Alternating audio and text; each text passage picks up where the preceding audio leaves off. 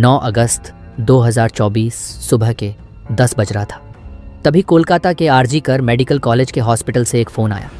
उस फ़ोन उठाने के बाद फ़ोन उठाने वाले व्यक्ति को एक आवाज़ सुनाई दी जो बोल रहा था कि आपकी बेटी ने सुसाइड कर लिया है, जल्दी से आ जाओ। ये बात सुनते ही उसके पिता की होश ना रहा, आंखों से आंसू टपकने लगे थे और वो ज़मीन पे धड़ाम से गिर गए। बेजान लाश की तरह कैसे तैसे करके अपनी पत्नी के पास गए। इस हालत में देखकर उनकी पत्नी ने पूछा क्या हुआ, लेकिन वो बताना नहीं चाहते थे। फिर उन्हें बतानी पड़ी। उसके बाद जो हाल उस माँ को हुआ वो आप अंदाज़ा नहीं लगा सकते। फिर वो दोनों भागकर आरजी कर मेडिकल कॉलेज के हॉस्पिटल पहुँचे। वहाँ पहुँचने के बाद उन्होंने जो देखा वो काफ़ी दर्दनाक और भयभीत करने वाला दृश्य था। उनकी नज़रों के सामने उनकी बेटी लेटी हुई थी जो अर्धनग्न अवस्था में खून से लथपथ पड़ी थी। ये सब देखकर वो अपनी सारी होश खो चुके थे। उन्हें कुछ भी समझ नहीं आ रहा था कि ये क्या हुआ है। बस एक मुर्दे लाश की तरह सिर्फ चिल्ला रहे थे कि बेटी उठ जा, कुछ नहीं हुआ है मेरी बेटी को, देखो मेरी बेटी अभी उठेगी। लोगों ने उन्हें समझाया और डॉक्टर की बड़ी को पोस्टमार्टम के लिए भेज दिया गया। पोस्टमार्टम रिपोर्ट के खुलासे हुए हैं जो जबरन संबंध बनाने के कारण लेडी डॉक्टर के निजी अंग पर गहरा घाव पाया गया है। लेडी डॉक्टर का दरिंदों ने लगातार गला, नाक और मुंह को दबाया रखा। इसके कारण डॉक्टर का थायराइड कार्टिलेज टूट गया। दरिंदों ने महिला डॉक्टर का सिर दीवार से सटा दिया जिससे वह जोर से चिल्ला न सके। पेट पर फाइट से मारा गया। इसके कारण पेट, होंठ और अंगुलियों सहित बाएं पैर पर चोट है। दरिंदों ने महिला डॉक्टर के साथ इतनी दरिंदगी के साथ बलात्कार किया कि उसकी आंख का चश्मा टूटकर उसकी आंखों में घुस गए। दोनों आंखों से खून बहने लगा। फिर भी दरिंदे नहीं रुके और अपनी वहशियाना दरिंदगी जारी रखी और फिर उसके निजी अंगों से भी खून बहने लगा। महिला डॉक्टर के चेहरों को नाखूनों से दरिंदों ने खुरच डाला। इससे साफ पता चलता है कि महिला ने बचने का पूरा संघर्ष किया, लेकिन वहशी दरिंदों ने उसे नोच डाला। दोस्तों, मेरे ख्याल से आरोपी संजय रॉय एक अकेला कातिल नहीं है, उसके साथ और भी आरोपी शामिल है जिन लोगों ने मिलकर लेडी डॉक्टर के साथ घिनौना हरकत किया। दोस्तों, जब सीबीआई ने अस्पताल के उन 4 जूनियर डॉक्टरों से भी पूछताछ किया जिन्होंने घटना से पहले लेडी डॉक्टर के साथ डिनर किया था, तो उन लोगों ने बताया कि वो हम लोगों के साथ खाना खाकर बोली कि मैं सेमिनार रूम में सोने जा रही हूँ। तभी दरिंदों ने उसके साथ गलत कर दिया। तभी उस पर एक या एक से अधिक लोगों ने हमला किया, उसके साथ बलात्कार किया और उसे इतनी बेरहमी से मार डाला कि उसकी गर्दन और पेल्विस टूट गई। सीबीआई ने यह पता लगाने की कोशिश कर रही है कि घटना से पहले क्या हुआ था और घटना के समय जब वह चीखी चिल्लाई होगी तो उसके साथियों ने क्यों नहीं सुना। दोस्तों, इस मुद्दे पे अभी जांच चल रही है।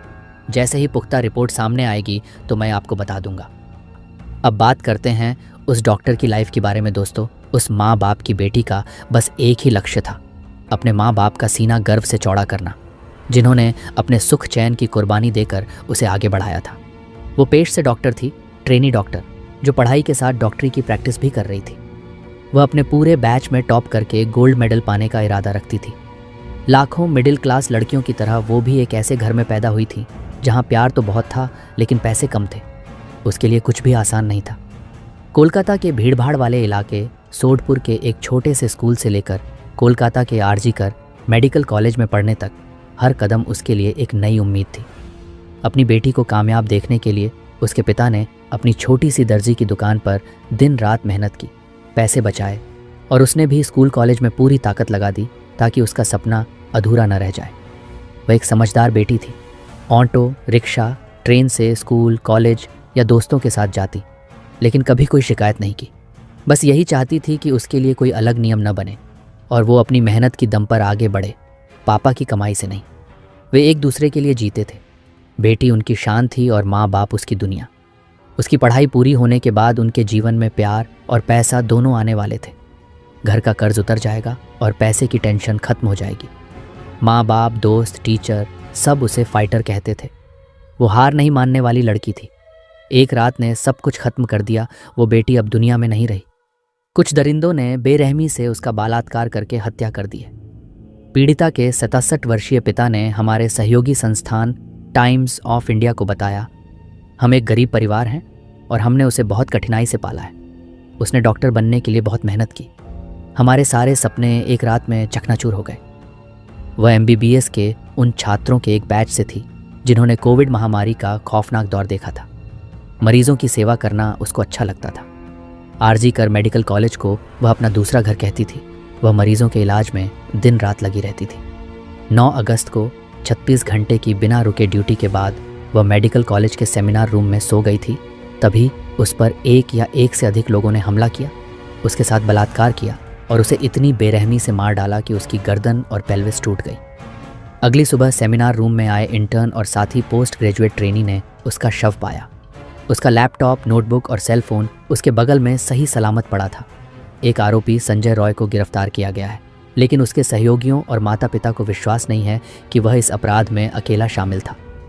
माता पिता ने कोलकाता हाई कोर्ट का दरवाज़ा खटखटाया, जिसके बाद सीबीआई ने मामला संभाल लिया है और अब तक उसने कुछ सहपाठियों, सहयोगियों, वरिष्ठ शिक्षकों, प्रिंसिपल और अस्पताल के अधीक्षक से पूछताछ की है। दोस्तों, आप कमेंट करके बताओ, ये दरिंदे जब पकड़े जाए तो इनके साथ क्या किया जाए। दोस्तों, ये बात शाम के करीब 7:30 बजे का है। मोहन कुमार खंडेलवाल पटना में स्थित अपने होटल में ही रह रहा था। तभी उनके मोबाइल पर एक कॉल आई। वह कॉल एक अनजान नंबर से आई थी। जिस तरह वह अन्य कॉल्स को रिसीव करता था, उसी तरह उसको भी रिसीव कर लिया और जैसे ही हेलो कहा, तभी दूसरी ओर से आवाज आई, तुम्हारे बेटे शिवम का कार सहित अपहरण कर लिया है। शिवम उनका 14 साल का बेटा था, जो पटना के बीरचंद पटेल रोड स्थित न्यू पटना क्लब में टेनिस खेलने जाता था। कार उनका ड्राइवर गिरीश पाठक चला कर ले जाता था। बेटे के अपहरण की बात सुनकर मोहन कुमार के तो जैसे होश ही उड़ गए और सोचने लगे कि वो बेटे को कोई हानि न पहुंचा दे। इसलिए वह बड़ी ही विनम्रता से बोले, आप मेरे बेटे को छोड़ दीजिए, बदले में आप मुझसे जो भी मांगेंगे मैं दे दूंगा। उधर से बोला, हमें 2 करोड़ रुपए चाहिए। पैसों का इंतजाम करने के लिए कल दोपहर 2 बजे तक का वक्त दिया जाता है। तुम तब तक पैसों का इंतजाम कर लो और अगर तुमने पैसे नहीं दिए या फिर कोई चालाकी दिखाने की कोशिश की तो तुम बेटे से हाथ धो बैठोगे। अपहर्ता ने मोहन को चेतावनी दी। मोहन काफी डर गया और उसे डरते डरते बोला कि मैं पैसे दे दूंगा, लेकिन बेटे को कुछ नहीं करना। मैं आपके सामने हाथ जोड़ता हूं कि एक बार हमें बेटे से बात करा दो ताकि हमें कुछ तसल्ली आ जाए। मोहन कुमार विनम्रता से बोले। बेटे की आवाज सुनने के लिए वह फोन को कान से चिपकाए रहे। कुछ देर बाद उनके कान में बेटे की आवाज आई, हाँ पापा, मैं अंकल के कब्जे में हूं। बेटे की आवाज से उन्हें महसूस हुआ कि जैसे वह डरा सहमा हुआ है। उन्होंने बेटे को हिम्मत बंधाते हुए कहा, बेटा घबराना मत, तुम बहुत जल्दी आ जाओगे। इससे पहले कि वह और कुछ कहते, दूसरी ओर से फोन डिस्कनेक्ट हो गया। उन्होंने कई बार हेलो हेलो कहा। इसके बाद भी कोई प्रतिक्रिया नहीं मिली तो जिस नंबर से उनके फोन पर कॉल आई थी, कॉल बैक किया, लेकिन फोन स्विच्ड ऑफ हो चुका था। उस नंबर को उन्होंने कई बार डायल किया, लेकिन स्विच्ड ऑफ होने की वजह से वह नहीं लग सका। उन्होंने अपने ड्राइवर गिरीश पाठक को फोन लगाया, लेकिन उसका फोन भी स्विच्ड ऑफ आ रहा था। अपहरण शिवम का हुआ है तो ड्राइवर का फोन बंद क्यों है? अपहर्ताओं ने क्या उसे भी अपने काबू में कर रखा है या वह उनके चंगुल से बाहर है? ये बात वह समझ नहीं पा रहा था। मोहन कुमार की घबराहट बढ़ गई। वह होटल से सीधे कौशल्या एस्टेट स्थित अपने घर पहुंचे। उन्होंने सबसे पहले पत्नी से पूछा, शिवम टेनिस खेलने के लिए घर से कितने बजे निकला था? तो उसकी पत्नी ने बोली, रोज की तरह वह शाम 4:15 बजे निकला था। मगर क्या हुआ उसे? आप ये सब क्यों पूछ रहे हैं? न चाहते हुए भी मोहन कुमार को बेटे के अपहरण की बात पत्नी को बतानी पड़ी। बेटे के अपहरण की खबर सुनते ही पत्नी रोने लगी। तब मोहन कुमार ने उन्हें समझाते हुए भरोसा दिलाया कि उनकी अपहर्ता से बात हो चुकी है, जल्द से जल्द बेटे को उनके पास से ले आएंगे। तुम चिंता मत करो। जिस टेनिस क्लब में शिवम प्रैक्टिस करने जाता था, मोहन ने फोन से उस क्लब के संचालक से संपर्क किया तो पता चला कि शिवम आज क्लब में पहुंचा ही नहीं था। इसका मतलब यह हुआ कि घर से क्लब जाते समय ही शिवम का अपहरण कर लिया गया था। उन्होंने रात करीबन 8:30 बजे फोन से पटना के वरिष्ठ पुलिस अधीक्षक मनु महाराज से बात कर बेटे के अपहरण की बात बता दी। साथ ही जिस फोन नंबर से उनके पास फिरौती के लिए फोन आया था, वह फोन नंबर भी उन्हें बता दिया। यह 7 फरवरी 2014 की बात है। मामला अपहरण का था, इसलिए एसएसपी ने तुरंत तेज तर्रार पुलिस अधिकारियों की 3 टीमें बनाई। तीनों टीमों के निर्देशन की जिम्मेदारी एएसपी जयंतकांत को सौंपी गई। एक पुलिस टीम शहर पुलिस उपाधीक्षक ममता कल्याणी की अगुवाई में बनी थी। एसएसपी के कहने पर मोहन खंडेलवाल एसपी सिटी जयंतकांत से मिले और उन्हें बेटे के अपहरण की कहानी बता दी। मोहन खंडेलवाल से बात करने के बाद एसपी सिटी ने शहर कोतवाली में अपहरण का केस दर्ज करा दिया। मोहन खंडेलवाल ने पुलिस को बताया कि उनका ड्राइवर गिरीश पाठक ही सेंट्रो कार बियारो 21/8 से शिवम को न्यू पटना क्लब ले जाता था और शाम 7 सवा 7 बजे वह टेनिस खेलकर घर लौट आता था। उन्होंने यह भी बताया कि शिवम के अपहरण के बाद ड्राइवर का फ़ोन बंद है, इसलिए उन्होंने आशंका जताई कि शायद गिरीश पाठक ने ही अपने साथियों के साथ मिलकर शिवम का अपहरण कर लिया है। जिस नंबर से फिरौती की कॉल आई थी, पुलिस ने उस नंबर को सर्विलांस पर लगा दिया। जांच से यह पता चला कि वह फ़ोन नंबर कर्नाटक का है और वह प्रदीप पाठक के नाम से लिया गया है। लेकिन फिरौती की कॉल करते समय वह सिम दूसरे IMEI नंबर वाले फ़ोन में डाला गया था।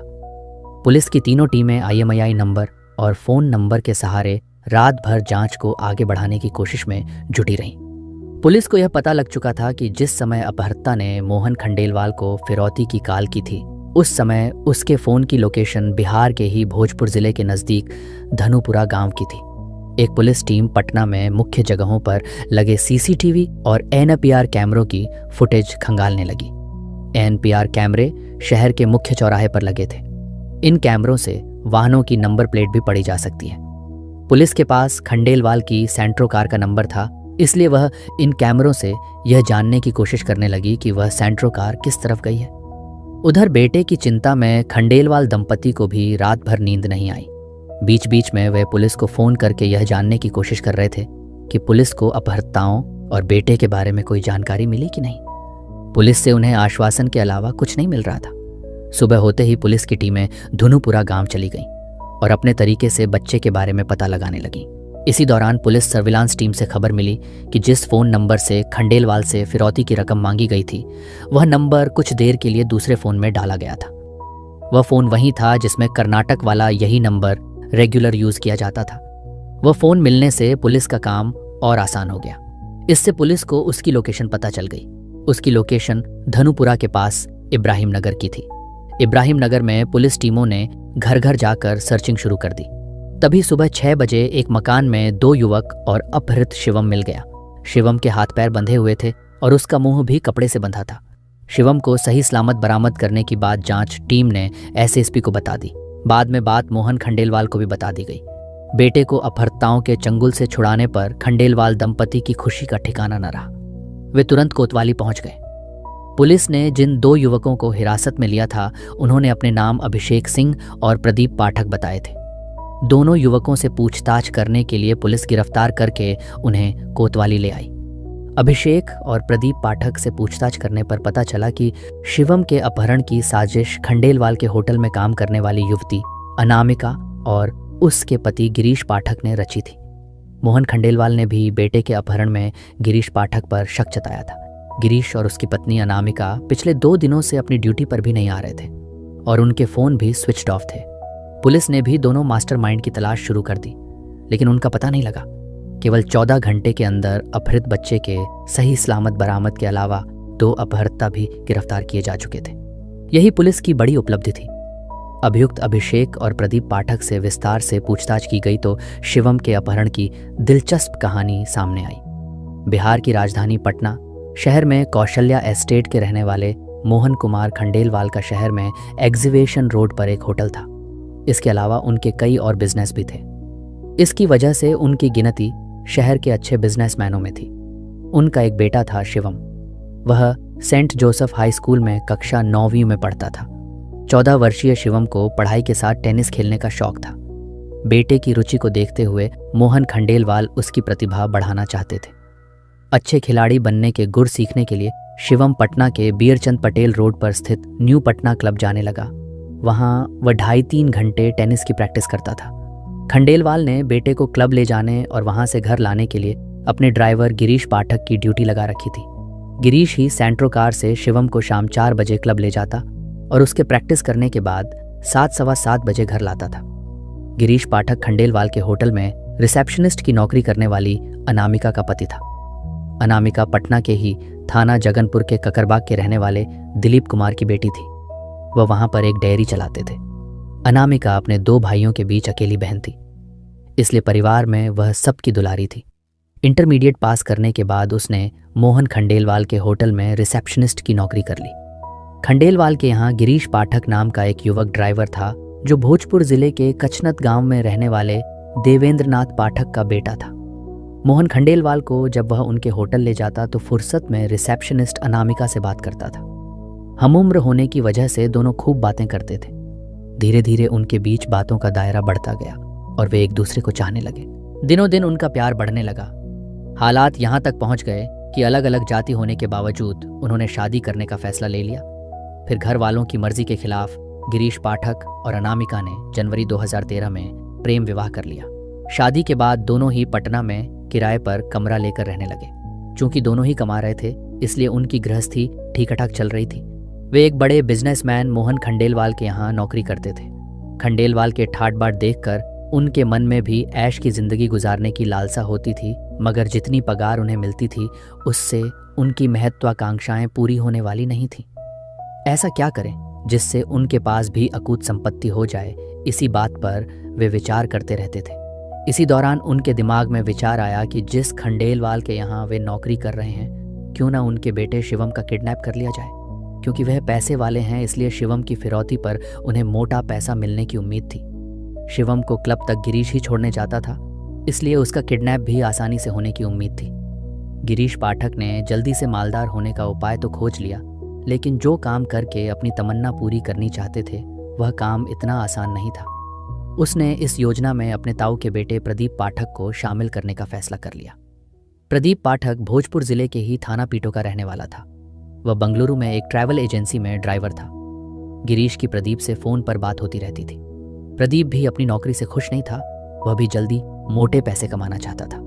29 जनवरी 2014 को गिरीश ने उसे एक काम में मोटा पैसा कमाने का लालच देकर पटना आने को कहा। प्रदीप ने उससे काम के बारे में जानना चाहा तो गिरीश ने कह दिया कि काम के बारे में